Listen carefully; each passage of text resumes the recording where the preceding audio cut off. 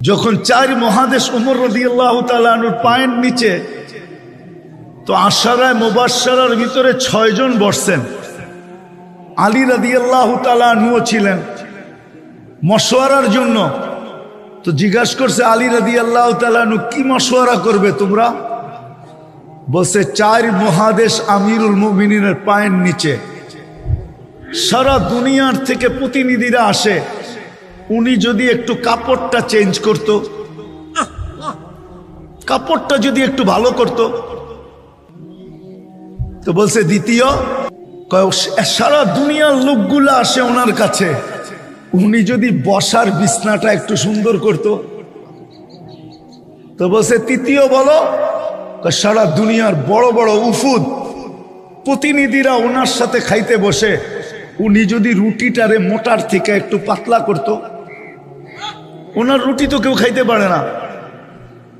তো আলী রাদিয়াল্লাহু তাআলা আনহু বলতেছে, জিনিসটা তো ভালো, কিন্তু মানাইতে পারবা কিনা জানি না, মনে হয় না মানব। তো বলছে আমরা ব্যবস্থা করব। বলে কিভাবে? বলে আমরা 2 জনকে নির্বাচিত করছি, এক হইল আম্মা জানা আয়েশা রাদিয়াল্লাহু তাআলা আনহা, আরেকটা হলো ওনার মেয়ে হাফসা। 2 জনকে আমরা ঠিক করছি, 2 জন ওনার সাথে কথা বলবে। কেননা দুজনই আম্মা জান, একজন মেয়ে আবার আম্মা জানো, ঠিক না?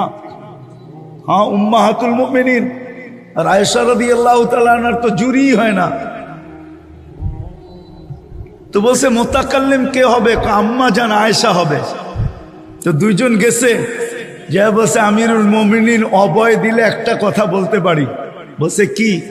বলছে 4 মহাদেশ আপনার পায়ের নিচে, দুনিয়ার বড় বড় ব্যক্তিত্বরা আসে, আপনি যদি কাপড়টা একটু চেঞ্জ করতেন, একটা ভালো কাপড় পরতেন। চলেন, এটার আগে আরেকটা কথা মনে উঠছে অনেকদিন পরে। যেদিন বাইতুল মুকাদ্দাসের চাবি নিতে যান আমিরুল মুমিনিন ওমর রাদিয়াল্লাহু তাআলা আনহু, কেননা ইহুদিদের এটা কি বলে, ইহুদিদের আবেদন ছিল যে আমরা চাবি আমিরুল মুমিনিন না আসলে দিব না। লম্বা কাহিনী আমি শর্ট করতেছি। তো যেদিন উনি শামে ঢুকবে, ওই দিন রাত্রে শামে খুব বৃষ্টি ছিল। তো সারা রাত্র চলার পরে সকালবেলা উনি শামের সীমান্তে ঢুকবেন।